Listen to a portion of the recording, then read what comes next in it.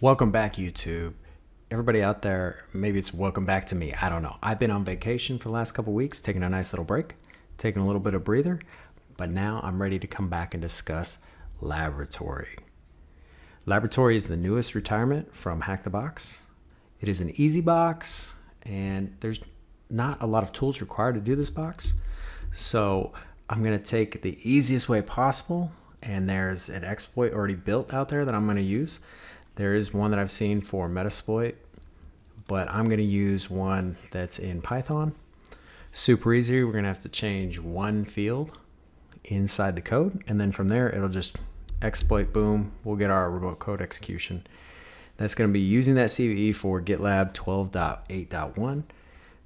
And then from there, we're going to try and pivot around because we're going to be coming in as one user. We need to get to a second user using a password reset through the GitLab controls, which will kind of get us into somebody's SSH key. And then we'll go ahead and do a path hijack with SUID to get root, which is a really cool concept that you got to know.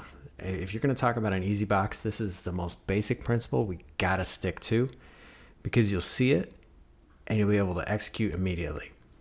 For the tools, like I said, it's pretty minimal. Browser, I said console. Inside the console, we're going to take advantage of what's on the box, which is the GitLab Rails console. It's its own little console for the CLI. And then there's a couple different ways to look at the program that we're going to execute. I'm going to use ltrace. Somebody tipped me off to ltrace, and I think it's a really good way to break down quick and easy what's happening, because you will not see this in pspy because it's a SUID executable running as root. You're not going to see what's happening, but if you go ahead and use ltrace, you will see the commands it's running, and then we'll use that to devise the path hijack. So I'll show you all that as we get started, but for right now, let's take a look at the box. I'm ready to go, so I hope you are too. Let's start with an Nmap. So Nmap, this box is 10.10.10.2.16. We'll go ahead and see what it says. There's going to be 3 different services that are available on this box, readily available: 22, 80, 443. So you're looking at HTTP, HTTPS, and SSH. I'm going to let this run, and it's going to take a minute. We're going to run scripts and versions because you're going to find some information right out of the gates on this one. So I don't want to go too far along because we're going to need this information as we go through the box, and it's going to be really easy to get it right at the front. So I want you to understand how important it is to do enumeration from the beginning. If you do enumeration through Nmap, there's so much information you can get by using all the different modules. We're going super basic here, and this is what I wanted to hit up right here. If you're doing port 80, it's going to redirect to laboratory.htb. So you've got one virtual host right there. If you keep coming down, it says the laboratory. It's going to say laboratory HTB, and then it's also going to say a alternative name. It's going to be git.laboratory.htb. Super important that we get that information. There's other ways to get it down the road, but we can get it right now, and then we can just plug it right in. So I'm going to do a sudo nano etc hosts. We'll just come in here, 10.10.10.2.16 laboratory.htb, and then we'll give it a git.laboratory.htb. All right, so now we've got our virtual host plugged into this box. Let's go ahead and take a look at it. Let's look at the web. So we'll bring up Firefox here. My proxy, I'm going to go ahead and turn off, and then I'm going to say, I'm going to give it 10.10.10.2.16. You're going to see that redirect, which takes it to laboratory.htb. You come in here, and it's self-signed certs, so that's the issue. So we'll accept the risk, and you come through here, and you're going to see the page. It's going to have some information about the services provided, cryptographic services. It's funny. We all know the great crypto like ROOT.TXT, Base64. Yeah. This site deems to be 100% unhackable, guaranteed. Profit enhancement, tons of money. There's all kinds of stupid claims on here. But if you come down here, you're going to see that Dexter is the CEO. DD is uncertain. There's something about anonymous here. So this one's built off of Dexter's Laboratory. It's a nice little throwback for anybody that's watched that cartoon. Find a vulnerability in the website. We're lying. We code 100% secure. Sure. I'm not even going to mess with this site, to be honest. I'm going to go right over to the Git. So we're going to go to the git.laboratory.htb. We're going to accept the risk, and it gives you the sign in and the register. I'm going to go to register, and I'm going to say parity, and we're going to call this parity infosec. And then I'm just going to give it my email address, info@parityinfosec.com. Because I'm lazy, I'm just going to copy it and paste it down. Give it a blank password. Problem here. So the problem that we hit right out of the gates is this email domain is not authorized for signup. So we're going to see this later in our exploit. The email domain can be fixed, that it must be a certain one. And sure enough, this one is going to be laboratory.htb. So if I put that into the blanks, put in a new password, I'm in. Drops me right into this dashboard. So that was really cool. What can we find from here? There's a couple different pages. I like this one. We're going to go to projects. Do I have any projects? No. Are there any starred projects? No.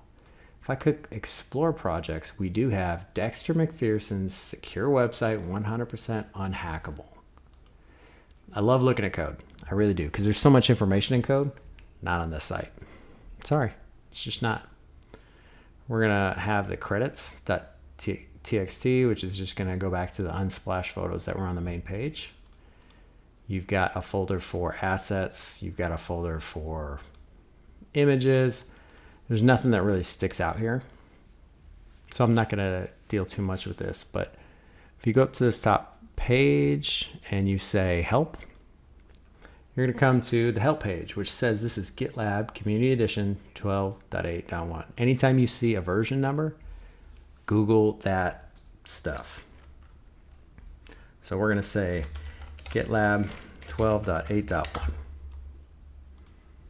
And right here at the top is the one that I want to go after. .py-hacks came out with a GitLab RCE. So right below it, you can see there is a module for it. There's been some patches, obviously. There's a lot of ways to do this manually. I'm not going to waste my time. There's a lot of stuff that we can cover if we just go with this one is built, and it goes after RCE and LFI. It tackles 3 CVEs. And the last one being 2020-10977. And that's what it's going to go after in order to get the RCE that we're going for in this newest version. We're going to just simply run Python. We're going to run that GitLab. We're going to give it the GitLab site and then our local IP. And then it's going to tell us what to do from there. So I'll just go ahead and run it because it's going to be so much easier than explaining it.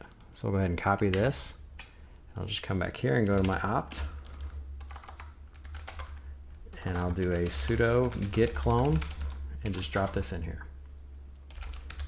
If I go into the GitLab RCE folder and I do lslia, all right, you're going to see that there's some files that go with the Git, but really it's that Python. If I say sudo nano GitLab, you're going to see that it's for 11.47 and then anything from 12.4 up through 12.8.1. So we're good to go there. All this code's written. The only thing that I wanted to highlight was this right here. Change this if the GitLab has restricted email domains. So when we tried to log in ourselves, it didn't work. It had to be laboratory.htb. And honestly, this was built by somebody that does HackTheBox because they put gmail.htb. They did it there because that's obviously not a valid domain, so you're not going to really have any issues with it. But you just come in here and change this to laboratory, and we should be good to go. I'm going to close this out, and then we'll just say Python 3, GitLab, and then like I said, it will be git.laboratory.htb.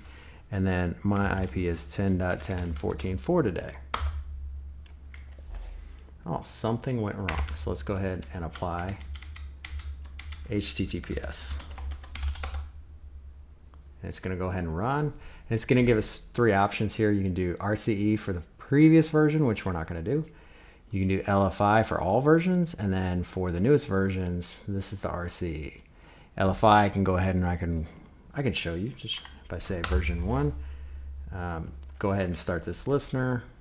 So I'm going to copy this. Start up this new one. We'll paste it in here. I'll say go. And then please type in the fully qualified path of the file you want to LFI. So we want to do etc password just to show that it works. And it's registering, creating project, running the project. And I don't know why it made me do the NC because it's all right here. So here is the file. So we can do LFI. We still have 42069 open.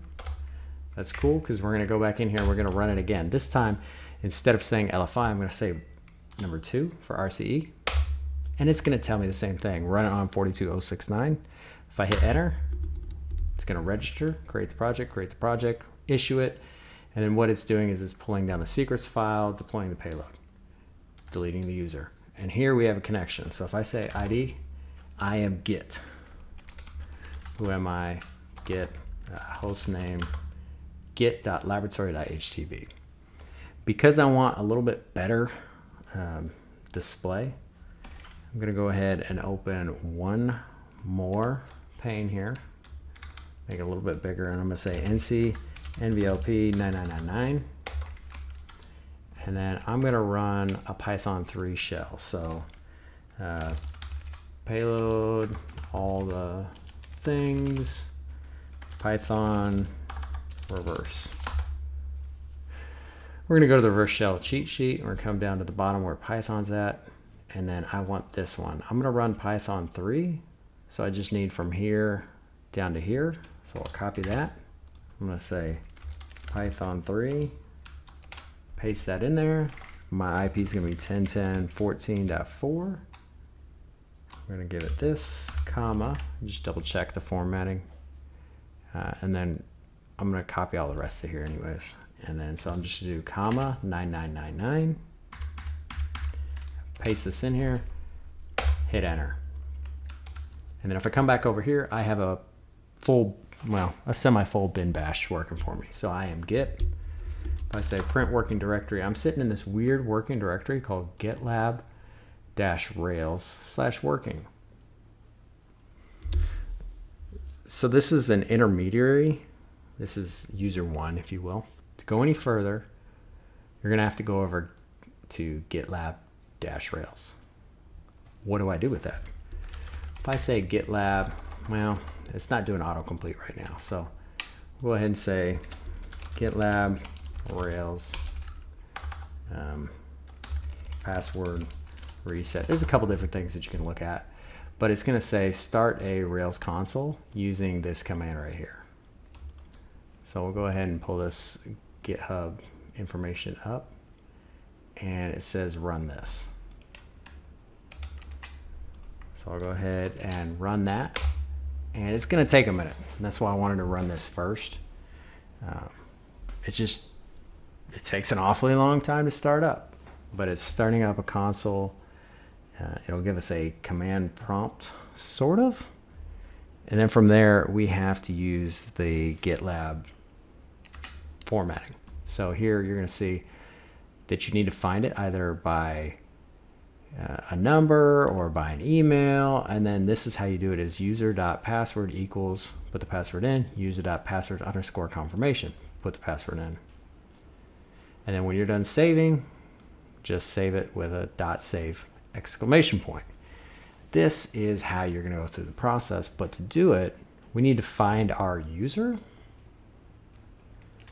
So it's still loading up, but we're almost there. We're almost ready to do this. And there might be some more information. So I could say user.find and try and just go by user ID. So if I say user equals user.find1. Well, that one worked because it said it's at Dexter. So if I say user equals user.find0, no, can't find a user with an ID of 0. Okay, user equals user.find2. Nobody in 2. So we're just going to stick with 1. We know it's Dexter. We'll paste that back in. So from here, if you remember what it said here, it's going to be really simple. Just say user.password equals. So user.password equals password. Oop, that one didn't quite go down the way I wanted it to. So we're going to say user.password. There it goes. Now we're going to say user.password underscore confirmation equals password. It's going to say cool. Now we're just going to say user.save exclamation. So hopefully all that's saved. It does look a little weird. I messed it up. But in order to mess with it, we got to come back to our GitLab. And this is where we want to log out. We'll sign in as Dexter password. And that one worked. So now we're sitting at we're sitting at Dexter, but we're not in a console. We're not really sure what's going on. Got his little logo up here. But there's a secure website, and now there's another item here called secureDocker. So if we click into secureDocker, this is going to be his little thing. It's going to tell it how to create the GitLab. Here's a README. The README is going to say Docker, but secure. Okay, cool. Let's go inside Dexter. Inside of Dexter, there's a recipe.url. It's going to give you a recipe for a French omelet. I don't really care about that. It's going to give you a to-do.txt. It's going to say look into Docker Compose. And then it's going to say permanently ban DD from the lab, because honestly, Dexter always wants to ban DD from the lab. But it said that it secured the Docker for regular users and it automated Docker security on startup. Okay. If we go back one more time, we take a really easy look. There's a .ssh folder here. There's an authorized keys and there's an ID RSA. Dexter left us his private key. So we're going to take this private key, we're going to copy it, and every time we try to use a private key, let's go ahead and exit out of this.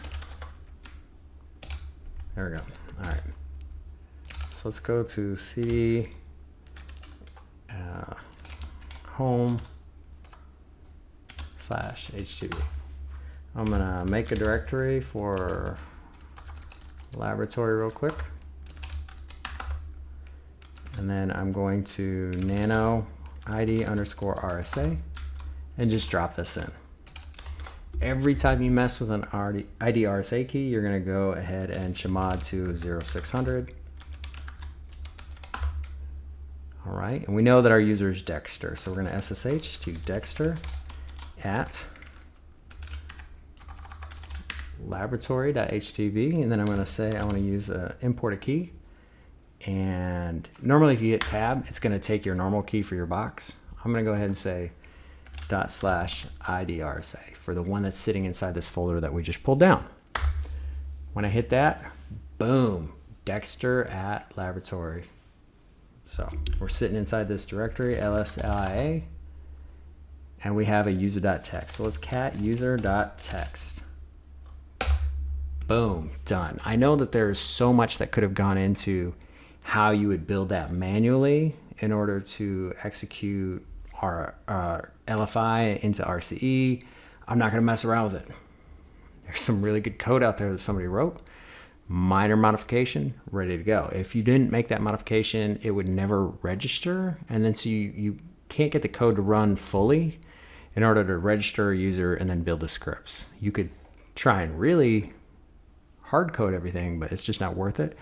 They put a note in there. Just make sure to modify the email domain that you're using. We got our user ID. We got our user.txt, so let's get moving on to root. I'm going to go ahead and bring down LinPeas for this one. So I like to go into dev shm, and I'm going to start up another window here.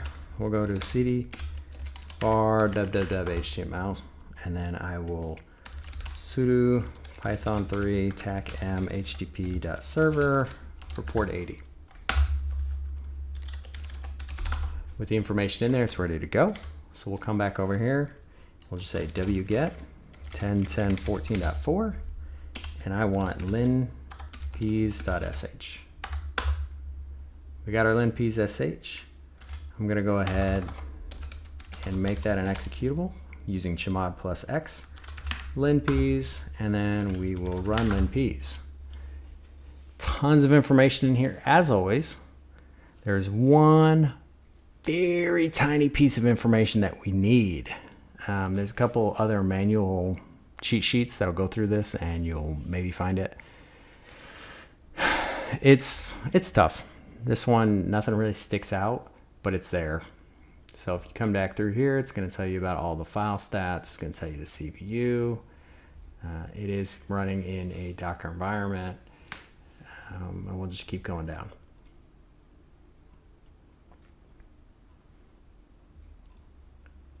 Here's all the processes that are running. You'll see all that GitLab stuff, GitLab embedded, but we're not able to see all the processes. Obviously, we are not sitting as root, so we can see some of these.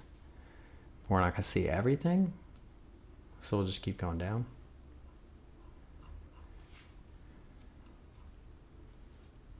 And down in here, these are binary processes permissions, obviously files that are binaries. There's one, I guess it does stick out a little bit more up here, which has Dexter as the group, because that is our group, but it has root as the owner. It's called user local bin docker security. It did say that it ran docker security on startup, so there is a possibility that it's this. What you're also going to see if you pay real close attention is the SUID bit. So if you keep coming down, and there's a whole section down here for just SUID. We'll keep going down. So these are the SUID for easy PrivEsc. It's got all your snaps here. This is where it's hiding right here. But like I showed you before, it shows that Dexter is a group and root is the user as an executable that sticks out. It's also down here, if you didn't catch it up above, that it's a SUID. So let's take a look at this file. I'm going to go ahead and copy this. We're going to need it a few times. So what happens if we run it? We didn't see anything. Okay. If I say file run this, it's going to show it's got a set UID bit. It's got a 64-bit object. It's not stripped of these debug qualities, so we should be able to take a look at it. A couple different debuggers out there. There's an even easier tool that I was introduced to on this box, which is ltrace. So I'm not sure if this will get us help. So ltrace, just so you understand what's going on, it traces the library calls of a given program. So it traces the calls out. Being that this is an executable created, it is sitting in a local bin, it's going to be calling out to other objects, we hope. So for this one, we're just going to run ltrace on this application. When we do so, you see that it sets the UID, sets the group ID, and then it runs system chmod 700 this Docker. And it says the operation is not permitted, it can't run it, and then it runs chmod 660 on the docker.sock, which it can't run. So there's flaws in this program because I'm trying to run it as Dexter. I can look at it and kind of run it, but it's a little flawed.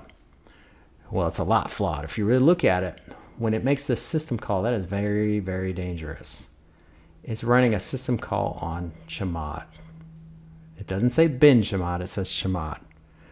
So if we have the ability to modify the path, there's a chance that we can take control of this program after it's already set the user ID and the group ID. as -1, which makes us root. And yeah, it's as simple as that one. So like I said, this is a path hijack. So if I say echo $path, it's going to tell us our current path. So it's going to look in user local sbin and then user local bin, which is where it's trying to pull this Docker command from. User local bin Docker security is sitting in this folder. It actually doesn't pull from, oh, there it is, bin. So if it tries to run chmod way down there, it's going to have bin. But if we can get ahead of the curve, we can have it run as us. And the easiest way to do that is to say echo. You have to be in a folder that you can write, so make sure you're there. That's another benefit of being inside of dev shm. Let's say bin bash. And I'm going to kick it into a file right here called chmod. Now I need to chmod because I'm basically turning this into a script. So it needs to be executable in order to run bin bash when I run chmod. So we're in chmod plus x dot slash chmod. No problems there. Now we need to put that path inject in, and the easiest way to do that is export path equals, and we're going to say dev shm colon, and then we'll say $path to include all the other paths behind it in case we need them. You don't necessarily want to mess up the entire path. You definitely want to take a record of it before you start messing with paths. That way you can set it back to the way it was. But here we're just going to drop shm in front of path to hopefully hijack anything that comes through. Now that we've done that, if I go ahead and I run this command, it should set the UID, set the group ID, and then run that system chmod. It's going to try and execute this chmod that I created, and with no arguments or any kind of input, it's going to run whatever I've got, and in this case it's going to be bin bash, and it's going to throw everything else away, and hopefully before it runs any other commands or before it says operations not permitted, we're good to go. So when I do that, sure enough, we're sitting as root at laboratory dev shm, and we got our pound. If I say ID, it does say I am root, and they put the root inside of group dexter as well. A little wonky, but it works. So if I just go over to cd root, I look inside the file, I have access to read all the folders in the files, and I just say cat root.txt. And we've got a root. Pretty fast. I know I rushed through this box in 25 minutes because I didn't dig into the intricacies on how to break it down. If you want, there are going to be write-ups that I've seen already that explain to you the process. You can go through some of those links that were available on that GitHub that we pulled this from. But all in all, there's all the information. So like I said, it's really simple. CVE using the GitHub Rails console just to reset a password, and then using that path hijack with the set user ID bit. No real tools required. Everything's on the box. You just need a browser and then a console in order to run those Python scripts. And that's it. I want to thank 0xC45, maker of the box, did a great job. Appreciate everybody that's been coming out to watch the videos, getting a lot of really good feedback. I'm going to start looking at some VulnHub boxes when I get a chance. See if I can break those down and introduce some additional content, a little bit different content. But please, if you have any comments, put them in the block below. Let me know what you want to see. Let me see what kind of changes you're looking for. Please subscribe, hit that button, keep coming back, and I will be here next week with more information so that you guys can bridge those gaps and get better at cybersecurity. Have a great week.